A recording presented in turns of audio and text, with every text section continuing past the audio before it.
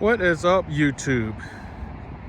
Once again, this is Eugene talking about my Tesla Model 3 long range, taking advantage of some free charging here at work.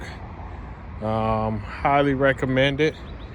Last time we talked, I talked about trading in my standard range Model 3, which was a very good vehicle. It was a 2020 model, but I did sell it to get this 2021 long range, and I went into the reasons on my last video, so I'm not going to rehash it, but like I said, it was for the road trips, nothing else.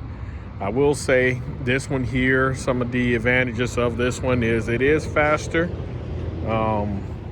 because it is the all-wheel drive version, or I should say dual motor version of it.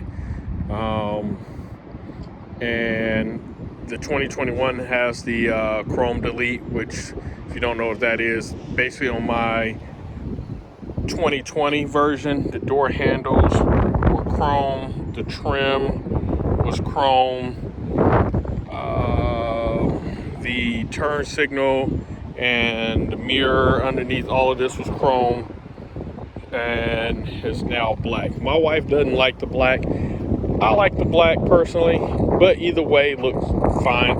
I kept the same color, had white, and went with white. When I first originally started it, my wife loved the white. I was looking at black, but I'm telling you, if you're trying to decide, the white really looks good when you see it, that white pearl.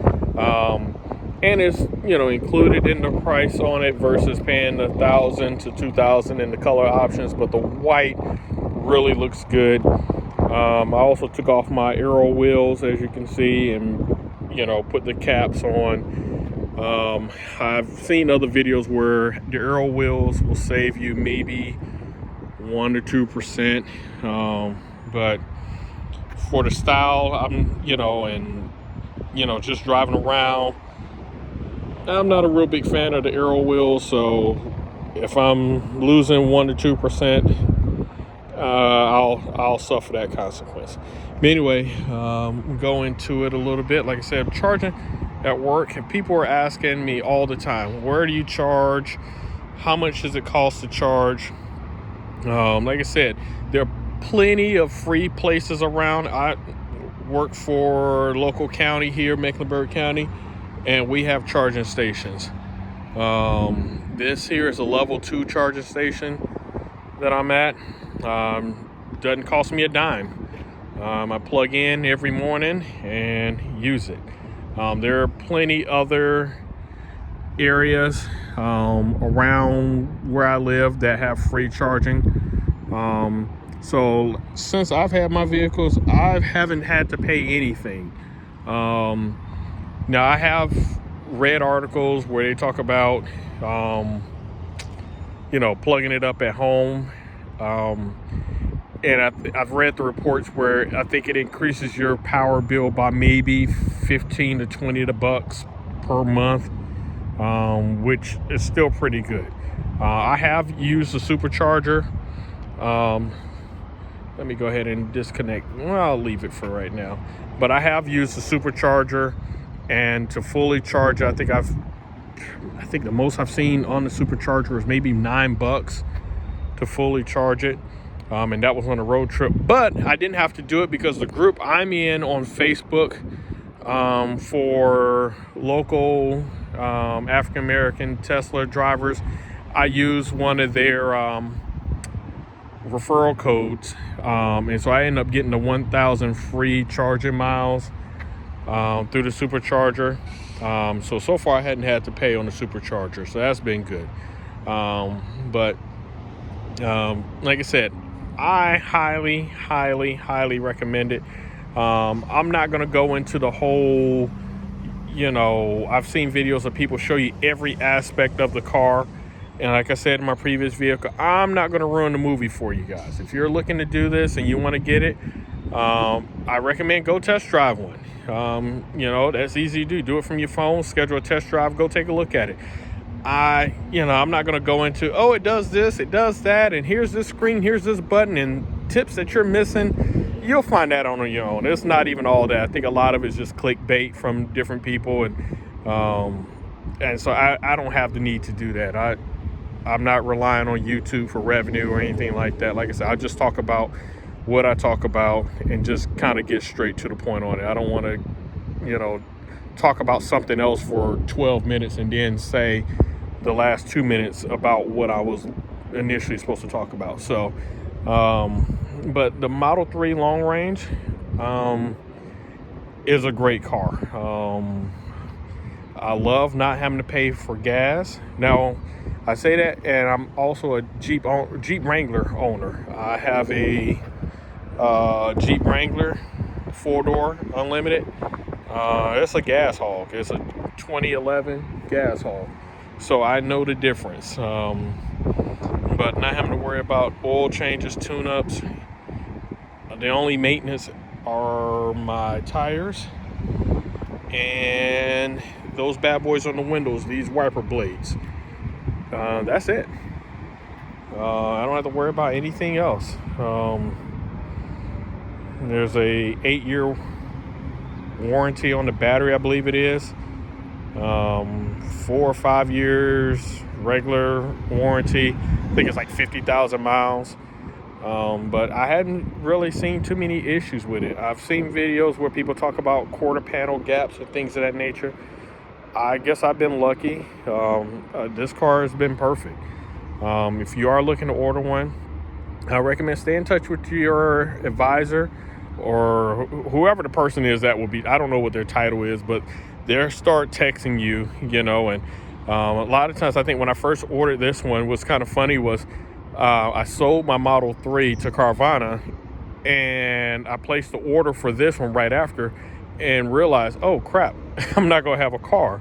So after that whole Carvana thing went through, I placed my order.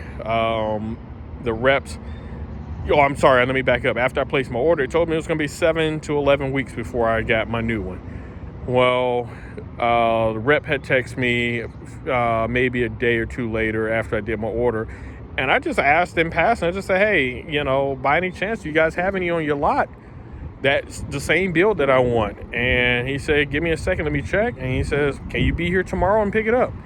And that worked out great for me. So I was only without a car for maybe about 2 or 3 days before this one was on the lot, with like 5 miles on the odometer. So it was sitting there. So if you place an order and it says 7 to 11 weeks, don't be shy about asking if they have one on the lot. I'm not going to bore you with this, but like I said, people have asked me questions about it.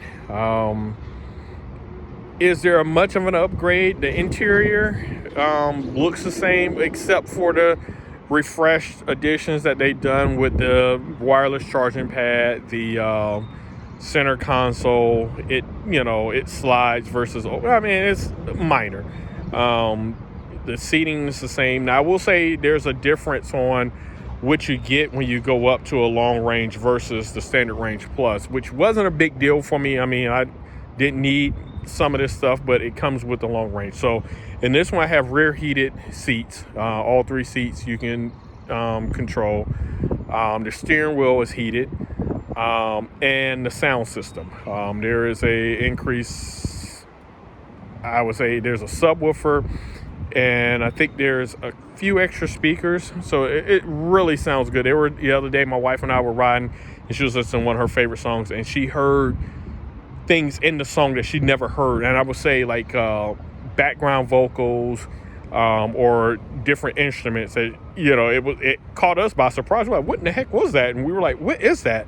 And we realized it was in the song that we hadn't heard because these speakers were so good. So the sound is great. Now, that being said, the sound was great in my standard range plus as well. But this one here with the sub, you get a little more knock. You're not going to be entering no radio car show, people with their systems and everything like that. You're not going to be doing that. But, as far as cruising, yeah, it gives you a nice little knock. like I said, the only other thing I noticed with this is when I'm on this level 2 charger here, it takes longer, and I'm guessing because my battery pack is bigger. And like I said, that's just a guess, but typically if I would get here on a normal day, and let's just say my battery is at 60%, and I hook it up to this, which charges about 35 miles an hour, I would say it would get me to about 90% in maybe 2 hours or so, if that. This one here takes a little bit longer. I've noticed that charging it does take a little bit longer for it. So that's about it on it. But I'll do another update later on. I'll see you guys later.